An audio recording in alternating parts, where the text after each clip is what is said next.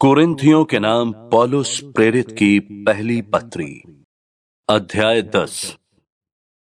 हे भाइयों, मैं नहीं चाहता कि तुम इस बात से अज्ञात रहो कि हमारे सब बाप दादे बादल के नीचे थे और सब के सब समुद्र के बीच से पार हो गए। सब ने बादल में और समुद्र में मूसा का बपतिस्मा लिया। सब ने एक ही आत्मिक भोजन किया। सब ने एक ही आत्मिक जल पिया, क्योंकि वे उस आत्मिक चट्टान से पीते थे जो उनके साथ साथ चलती थी, और वो चट्टान मसीह ही था। परंतु परमेश्वर उनमें के बहुतेरों से प्रसन्न ना हुआ, इसलिए वे जंगल में ढेर हो गए। ये बातें हमारे लिए दृष्टांत ठहरी कि जैसे उन्होंने लालच किया, वैसे हम बुरी वस्तुओं का लालच न करें, और न तुम मूरत पूजने वाले बनो, जैसे कि उनमें से कितने बन गए थे। जैसा लिखा है कि लोग खाने पीने बैठे और खेलने कूदने उठे। न हम व्यभिचार करें, जैसा उनमें से कितनों ने किया, और एक दिन में 23,000 मर गए। न हम प्रभु को परखें, जैसा उनमें से कितनों ने किया और सांपों के द्वारा नाश किए गए। न तुम कुड़कुड़ाओ, जिस रीति से उनमें से कितने कुड़कुड़ाए और नाश करने वाले के द्वारा नाश किए गए।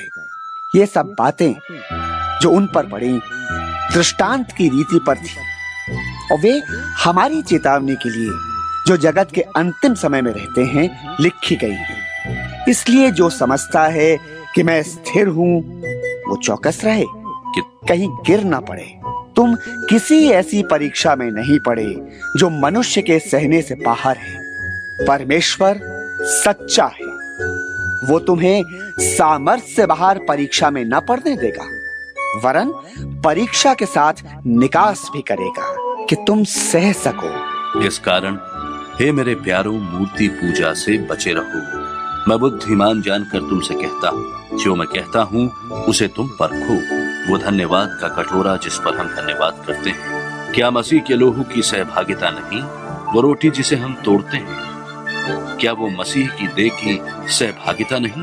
इसलिए कि एक ही रोटी है, सो हम भी जो बहुत हैं एक देह हैं, क्योंकि हम सब उसी एक रोटी में भागी होते हैं। जो शरीर के भाव से इस्राएली हैं, उनको देखो, क्या बलिदानों के खाने वाले वेदी के सहभागी नहीं? फिर मैं क्या कहता हूं? क्या ये कि मूरत का बलिदान कुछ है या मूरत कुछ है?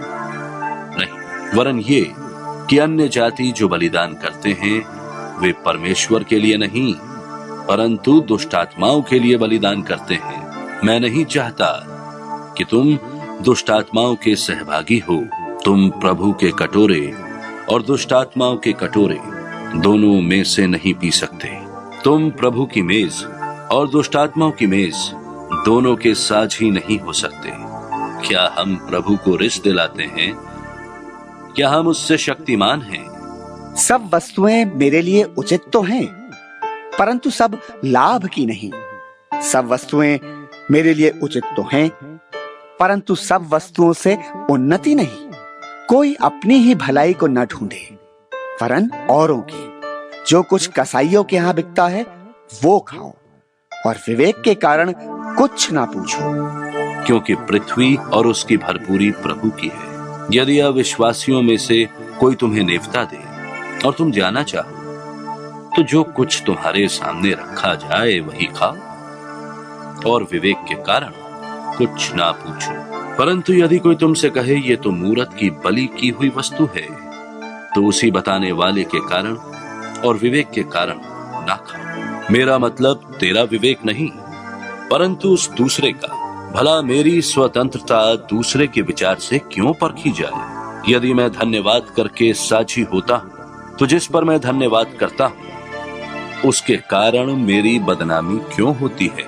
सो तुम चाहे खाओ चाहे पियो, चाहे जो कुछ करो, सब कुछ परमेश्वर की महिमा के लिए करो। तुम ना यहूदियों ना यूनानियों और ना परमेश्वर की कलीसिया के लिए ठोकर के कारण बनो। जैसा मैं भी सब बातों में सबको प्रसन्न रखता हूं, और अपना नहीं परंतु बहुतों का लाभ ढूंढता हूं, कि वे उद्धार पाएं।